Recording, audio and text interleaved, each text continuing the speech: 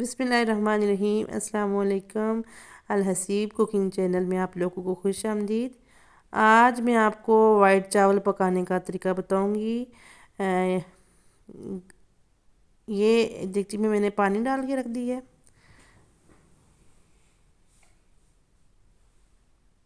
आग मैंने चूल्हे की फुल कर ली है और इसमें मैंने नमक ऐड कर लिया है। तकरीबन 4-5 चमचे इसमें मैंने नमक ऐड किया है।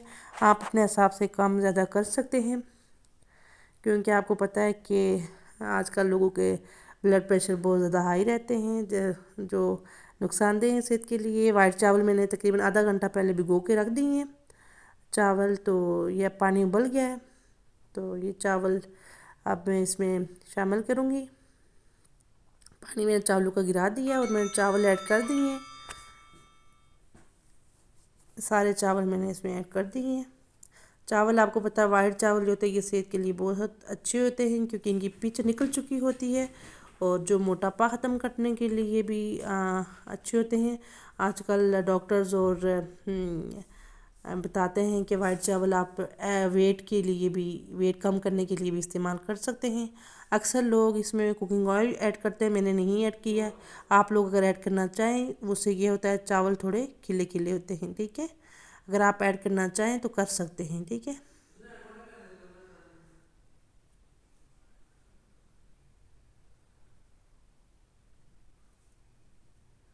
देखिए चावल कितने अच्छे लग रहे हैं। ये देखिए चावल पक चुके हैं, चावल में अच्छा सा उबाल आ चुका है और ये देखिए कितने अच्छे लग रहे हैं। मुझे स्पेशली खुद वाइट चावल बहुत पसंद हैं। वाइट चावल चिकन सालन, चिकन का सालन, वाइट चावल दाल, वाइट चावल लोबिया, मतलब मुख्तलिफ मुझे पसंद हैं और मैं इसलिए वाइट चावल ज़्यादा बनाती हूँ, मुझे खुद शौक़ है।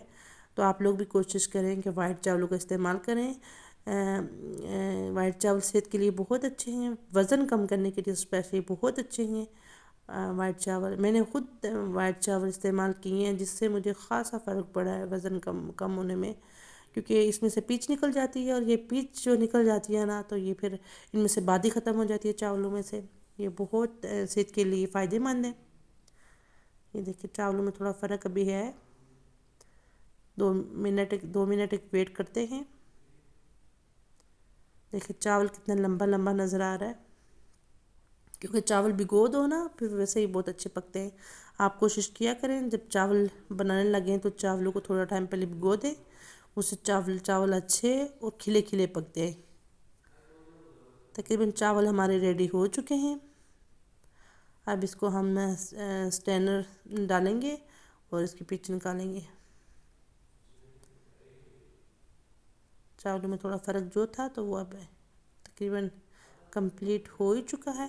ये देखिए मैंने इसको स्ट्रेनर में डाल दिया है और वापस देगची में डाल के मैं इसको दम पे रखूँगी 2-1 मिनट के लिए। बिल्कुल मीडियम मीडियम स्लो, मतलब कि आग हो चूल्हे की तो उस पर रख दिए।